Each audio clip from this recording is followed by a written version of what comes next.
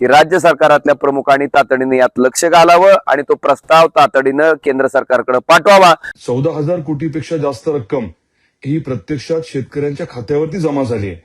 आता हे जे लोकप्रतिनिधी आहेत ते आपल्या आपल्या जिल्ह्याची माहिती न घेता किती हजार कोटी आलेत याची माहिती न घेता काही गोष्टी बोलतायत। राज्य सरकारकडनं जोपर्यंत प्रस्ताव येत नाही तोपर्यंत केंद्र सरकार निधी देण्याच्या बाबतीत, मदत करण्याच्या बाबतीत त्या ठिकाणी कुठल्याही प्रकारचा निर्णय घेऊ शकत नाही, ही वस्तुस्थिती आहे। त्यामुळं मी सुद्धा 10 नगरपालिकेच्या निवडणुका माझ्या लोकसभा क्षेत्रातल्या होत्या, पण माझं पहिलं देणं आणि पहिलं कर्तव्य हे शेतकऱ्याप्रती आहे। ज्या लोकांचं मी प्रतिनिधित्व करतोय त्या लोकांचं सुखदुःख, त्या लोकांच्या व्यथा, त्या लोकांच्या अडचणी, त्या लोकांचा आवाज बनून मी त्या ठिकाणी केंद्र सरकारकडे मागणी करणं माझं कर्तव्य होतं आणि त्या अनुषंगाने मी तारंगित प्रश्न टाकला। पण जे मंत्री, एक मुख्यमंत्री, 2 उपमुख्यमंत्री, अनेक खात्याचे मंत्री, ज्यांची ही जबाबदारी आणि कर्तव्य आहे की राज्य सरकारचा प्रस्ताव केंद्राकडे जाणं, का हा गेला नाही? मला वाटतं ही फार मोठी चूक आहे।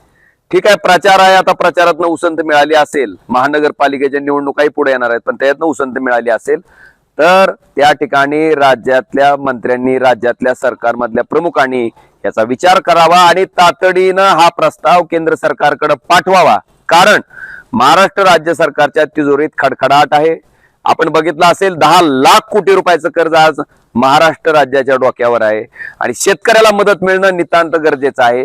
त्यामुळं तशा पद्धतीचा प्रस्ताव आता तरी राज्य सरकारनं त्या ठिकाणी केंद्र सरकारकडे पाठवावा ही माझी विनंती आहे। आपल्या माहितीसाठी धाराशिव जिल्ह्यामध्ये 5,77,544 हेक्टर इतक्या शेतीचं नुकसान खरडून गेल्यामुळं, परत त्याचबरोबर तुमच्या पिकाचं नुकसान, जनावर वाहून गेलेलं नुकसान, ह्या पद्धतीनं प्रचंड प्रमाणात शेतकऱ्याचं नुकसान झालं होतं आणि त्याच्या अनुषंगानं जिल्ह्यातल्या जिल्हाधिकाऱ्यांनी 1154.80 कोटीची मागणी राज्य सरकारकडे केली होती।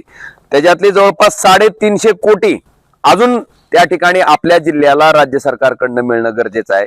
केंद्राला जर प्रस्ताव गेला असता आणि केंद्रानं जर ती मदत दिली असती तर कदाचित हे 350 कोटी रुपये तातडीनं शेतकऱ्याला राज्य सरकारनं देणं शक्य झालं असतं।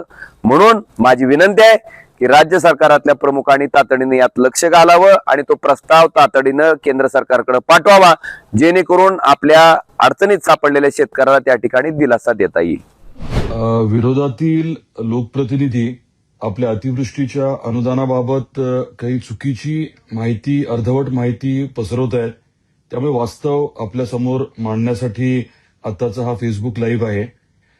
आपल्या महायुती सरकारने, आदरणीय देवेंद्रजी फडणवीस साहेबांनी आणि दोन्ही उपमुख्यमंत्री महोदयांनी महाराष्ट्राचा दौरा करून अतिवृष्टीच्या काळामध्ये जो शब्द दिला होता की अभूतपूर्व असं नुकसान झालंय आणि त्या अनुषंगाने आम्ही मदत करू, एसडीआरएफ एनडीआरएफच्या निकषाच्या पलीकडे जाऊन, हे वास्तव जे आहे ते आपल्या समोर येणं गरजेचं आहे। साधारण 20,000 कोटी एवढी रक्कम देण्याच्या बाबतीत ठरलं होतं। राज्य सरकारने केंद्राकडनं पैसे आले किंवा नाही आले तरीही मदत करायचं जाहीर केलं होतं। या मदतीमध्ये एसडीआरएफ एनडीआरएफची मदत तर आहेच आणि त्याच्या पलीकडे जाऊन रबीच्या हंगामाच्या अनुषंगाने बियाण्यासाठी आणि इतर बाबींसाठी, इतर निविष्ठांसाठी साधारण 10,000 रुपये हेक्टरी ही मदत करायचं देखील ठरलं होतं। तर ही अनुदानाची रक्कम अंदाजे 20,000 कोटीपेक्षा थोडी जास्त आहे। त्यापैकी 14,000 कोटीपेक्षा जास्त रक्कम ही प्रत्यक्षात शेतकऱ्यांच्या खात्यावरती जमा झाली आहे। आता हे जे लोकप्रतिनिधी आहेत ते आपल्या आपल्या जिल्ह्याची माहिती न घेता किती हजार कोटी आलेत याची माहिती न घेता काही गोष्टी बोलतायत। त्यामुळे माझी सर्वांना विनंती आहे की आपल्या आपल्या जिल्ह्यामध्ये किती पैसे येणं अपेक्षित होतं, एसडीआरएफ एनडीआरएफचे निकष आणि हे अधिकचे 10,000 आणि त्या तुलनेत किती पैसे आलेत हे समजून घ्यावं।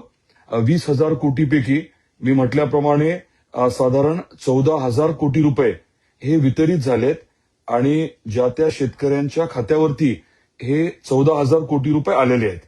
त्यामुळे आता उदाहरण द्यायचं म्हटलं तर सोलापूरमध्ये साधारण 1,600 कोटी रुपये येणं अपेक्षित आहे। त्यापैकी 1,200 कोटी रुपये हे प्रत्यक्षात शेतकऱ्यांच्या खात्यावर जमा झालेत। आता ई केवायसी किंवा इतर काही कारणांमुळे इतर प्रक्रिया चालू आहे.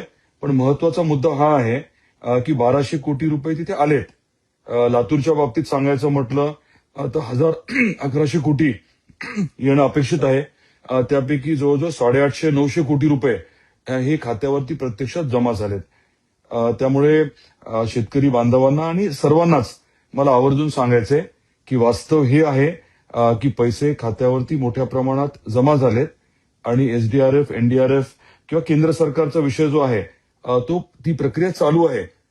ती प्रक्रिया किंवा केंद्राच्या पैशाचा विचार न करता, त्यासाठी न थांबता आपल्या राज्य सरकारने, आपल्या महायुती सरकारने पैसे जे आहेत ते उपलब्ध करून दिलेत आणि मी सांगितल्याप्रमाणे प्रत्यक्षात 14,000 कोटीपेक्षा जास्तीची रक्कम ही खात्यावरती शेतकऱ्यांच्या जमा झाली आहे. त्यामुळे आपल्या महायुती सरकारचे आदरणीय मुख्यमंत्री देवेंद्रजी फडणवीस साहेबांचे आणि दोन्ही आपले उपमुख्यमंत्री एकनाथरावजी शिंदे साहेब आणि अजितदादा पवार साहेब आणि पूर्ण मंत्रिमंडळाचे मी मनापासून आभार व्यक्त करतो.